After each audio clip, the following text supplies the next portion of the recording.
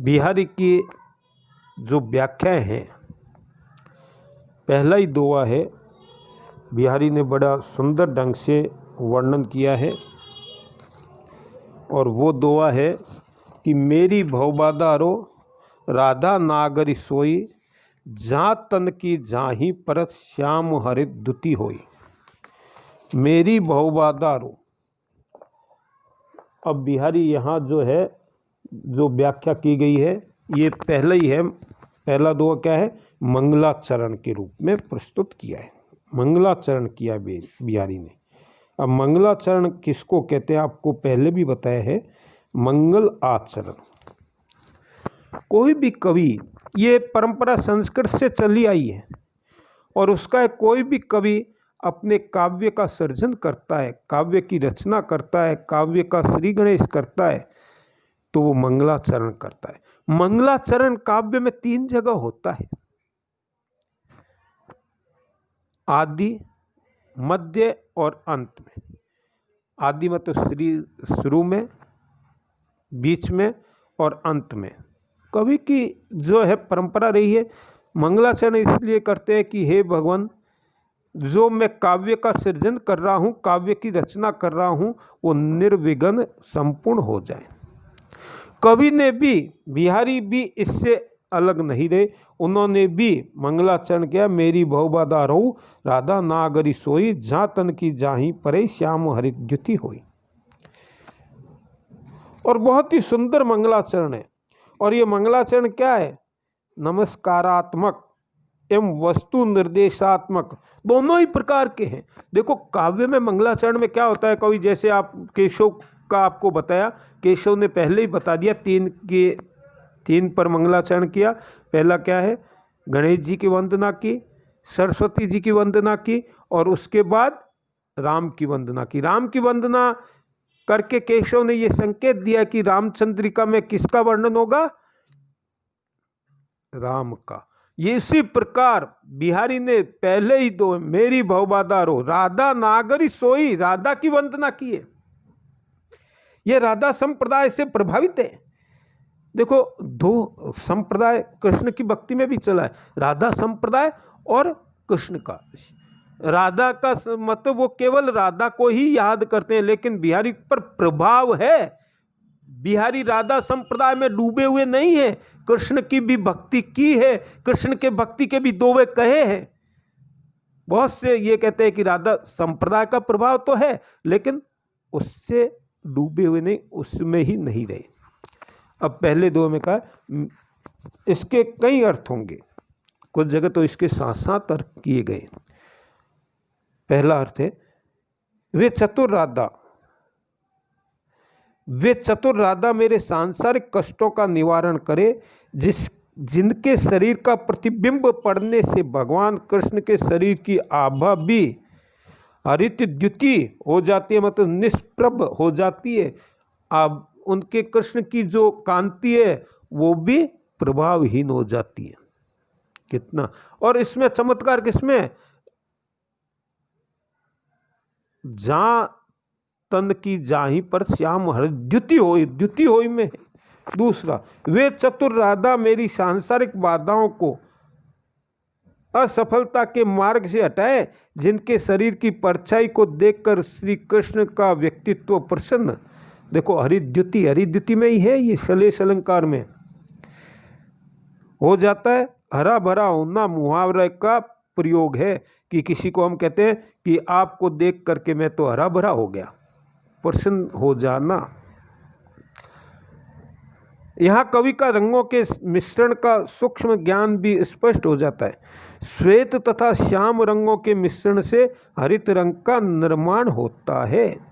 श्वेत सफ़ेद और श्याम रंग को मिश्रण करेंगे तो कौन सा रंग आएगा? हरा रंग हो जाएगा। एक और इसका किया गया है अर्थ, वो अर्थ है कि वे राधा चतुर नागरी राधा मेरे सांसारिक, वो तो वही बात रहेगी, कलेशों को दूर करे, जिनका ध्यान जाही परे, ध्यान करने मात्र से ही समस्त प्रकार के दुख तथा पाप श्याम रंग प्रतीकार्थ में निष्प्रभ हो जाते हैं। चौथा कि जिसका ध्यान करते ही श्याम भी हरे भरे, अर्थात अपने आप श्याम प्रसन्न हो जाते हैं। तो इस दोहे के कई अर्थ किए गए हैं। इस दोहे का ये है, राधा की उपासना की गई है, राधा का ध्यान किया गया है, राधा पर विशेष जो है प्रार्थना की गई है।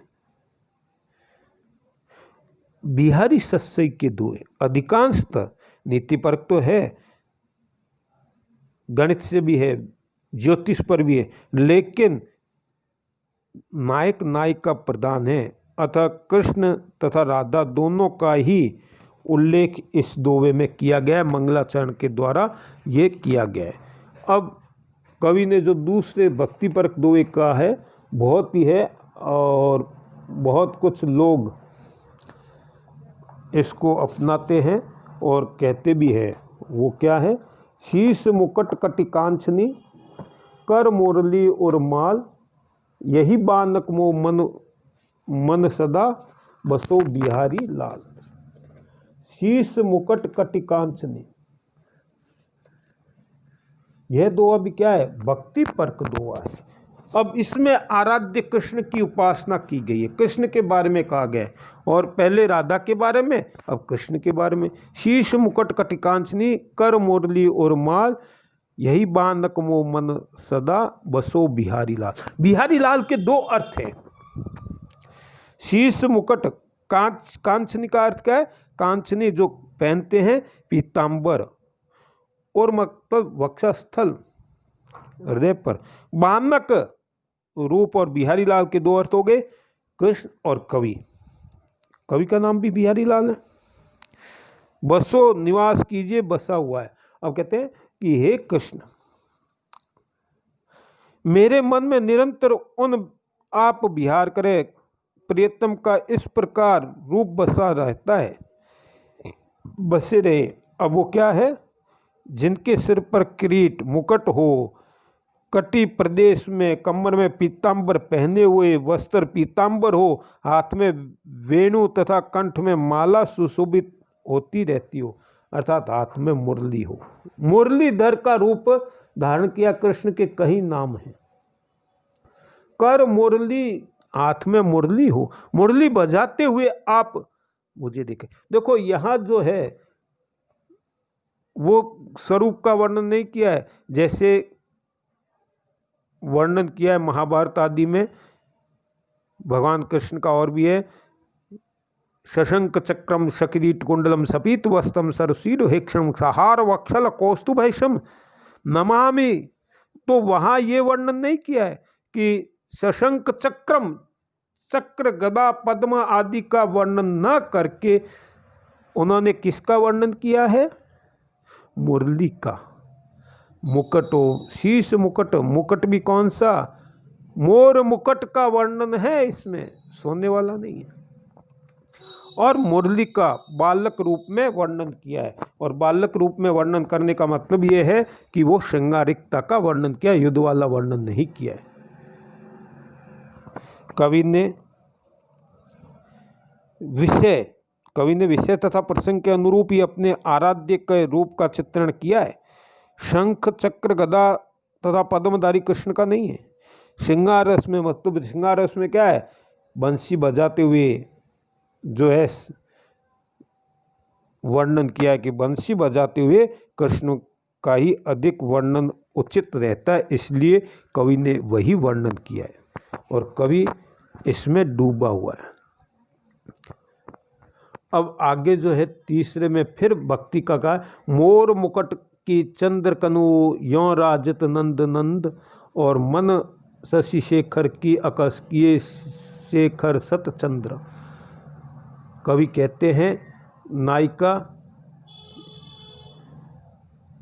कि कोई नायिका श्री कृष्ण के रूप सौंदर्य पर आसक्त होकर अपनी सखी से कहने लगी कि वो नंद नंदन कैसे हैं, कृष्ण कैसे हैं, यशोदा के लाल कैसे हैं, नंद बाबा के पुत्र कैसे हैं, वो क्या है, उस पर क्या करें हम? उनके सिर पर, मस्तक पर कि मोर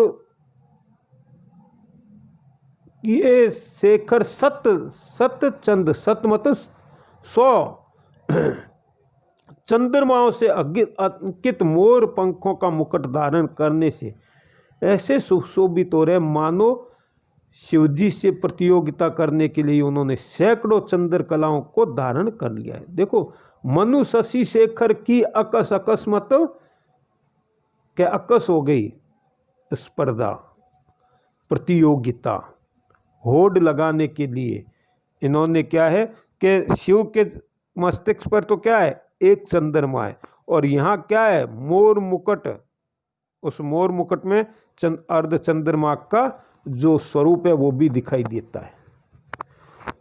तो कहने का भाव ये है कि शिव के मस्तिष्क पर तो एक चंद्रमा है, और यहाँ भगवान कृष्ण के मोर मुकुट में क्या है सैकड़ों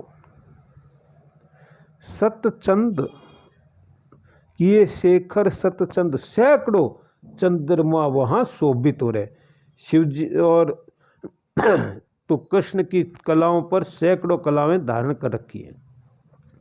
यहाँ कवि ने कृष्ण की भक्ति में ये दोहा कहा है, और बिहारी भक्त भी है तो कृष्ण की भक्ति में भी वो ये दोहा कहा है। अब बिहारी आगे जो कहते हैं चौथे में, सोहत ओडे पीतपट श्याम सलोने गात, मनो नीलमणि शैल पर आतप पर्यो प्रभात। कवि कह रहे हैं अब नायिका कृष्ण को देख करके अपनी सखी से कहती है, देखो इसमें प्रसंग भी जुड़ता जाएगा, कौन कह रहा है क्या कह रहा है वो शांत है, लेकिन व्याख्या में हमको लिखना पड़ेगा। नायिका कृष्ण के रूप सौंदर्य का वर्णन कर रही है, उसके माधुर्य रूप का वर्णन कर रही है, और वो कह रही है क्या कि कृष्ण को देख करके अपनी सखी से कहती है कि वे घनश्याम अपने शरीर पर जो वस्त्र धारण किए हुए हैं, वह वस्त्र कौन सा है, पीतांबर धारण किए हुए, और वो कैसे शोभित हो रहा है, कैसे शोभायमान हो रहा है, उसके बारे में कह रहे मानो नीलमणि पर्वत के ऊपर प्रभात कालीन सूर्य की जो पहली किरणें पड़ती है, और वो क्या करती है मंद मधुर सुशोभित प्रकाश को फैलाती है, प्रकाश फैला देती है चारों ओर, और उन प्रकाश में वो चमकने लगती है। उसी प्रकार कृष्ण का शरीर भी चमकने लगता है।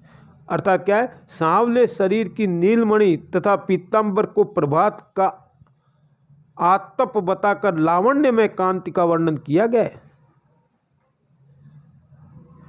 नायिका जो है नायक पर प्रभावित हो रही है, नायक की ओर आकर्षित हो रही है, कृष्ण की भक्ति की ओर लोग लग रहे हैं, और उसका बड़ा सुंदर वर्णन किया गया है।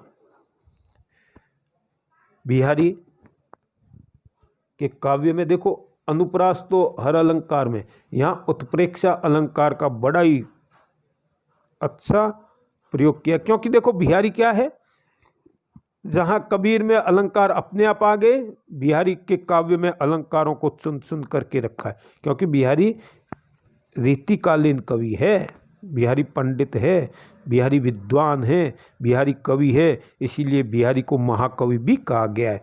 तो अब आगे के इसमें दो में आपको विस्तार से बताया जाएगा।